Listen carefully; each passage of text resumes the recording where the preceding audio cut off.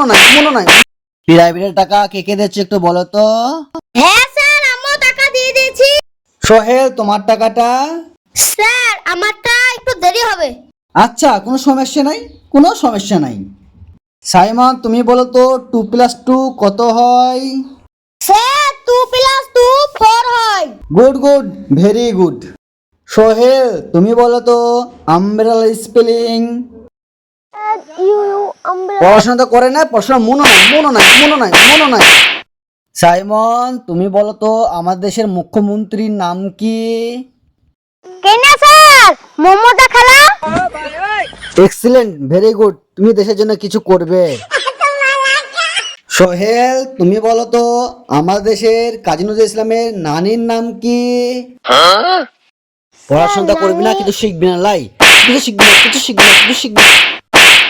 Sir কালকে বেতন দিয়ে দেবো।